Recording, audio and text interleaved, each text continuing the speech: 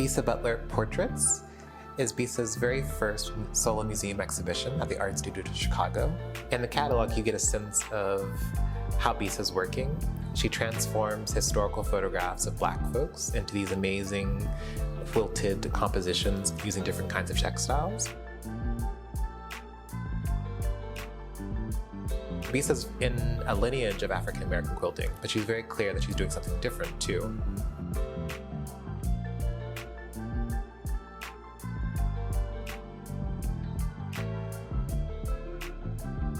This book explores what a concept of quiet can mean to how we think about Black culture.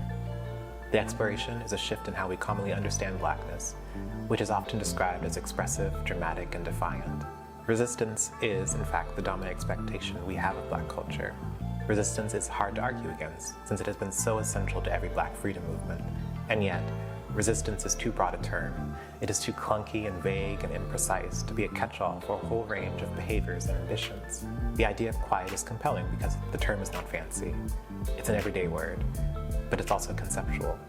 Quiet is often used interchangeably with silence or stillness, but the notion of quiet in the pages that follow is neither motionless nor without sound. Quiet, instead, is a metaphor for the full range of one's inner life, one's desires, ambitions, hungers, and vulnerabilities, fears. The inner life is not apolitical or without social value, but neither is it determined entirely by publicness. In fact, the interior, dynamic and ravishing, is a stay against the dominance of the social world. It has its own sovereignty.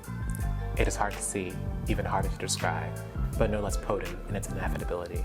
An aesthetic of quiet is not incompatible with Black culture, but to notice and understand it requires a shift in how we read, what we look for, and what we expect, even what we remain open to.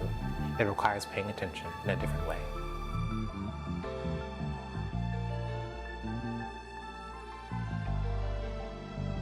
Frederick Douglass began his autobiography, The Narrative of the Life of Frederick Douglass, originally published in 1845, with the issue of his birth date. Douglass tells us, "I was born in Tuckahoe, near Hillsborough, and about 12 miles from Easton, in Talbot County, Maryland. I have no accurate knowledge of my age, never having seen any authentic record containing it. By far the larger part of the slaves know as little of their ages as horses know of theirs, and it is the wish of most masters within my knowledge to keep their slaves thus ignorant. I do not remember to have ever met a slave who could tell of his birthday. They seldom come nearer to it than planting time, harvest time, cherry time, springtime, or fall time. A want of information concerning my own was a source of unhappiness to me even during childhood. The white children could tell their ages. I could not tell why I ought to be deprived of the same privilege. I was not allowed to make any inquiries of my master concerning it. He deemed all such inquiries on the part of a slave improper and impertinent, and evidence of a restless spirit." Douglass taught himself to read and write, and after he escaped from slavery and fled north in 1838, he changed his surname from Bailey to Douglass. Although the exact date continued to elude him, he chose to commemorate his birthday on February 14. Douglass was the most photographed person of the 19th century. Intentionally seeking out the camera, Douglass believed in photography's capacity to represent African Americans fairly and accurately. Through words and images, Douglass continuously reminds us of the significance of the act of naming and the power to shape images.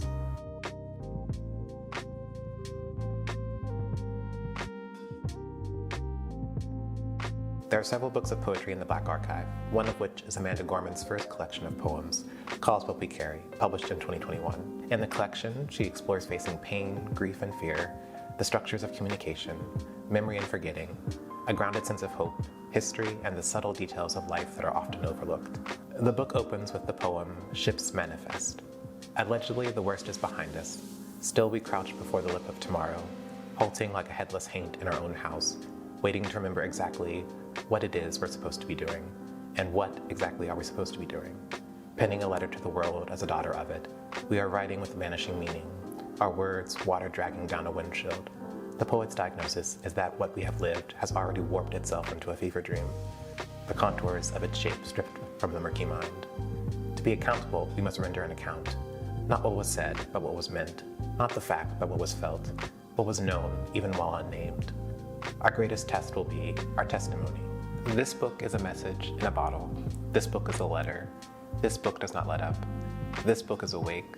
This book is awake. For what is a record but a reckoning? The capsule captured, a repository, an arc articulated. And the poet, the preserver of ghosts and gains, our demons and dreams, our haunts and hopes. here's to the preservation of a light so terrible.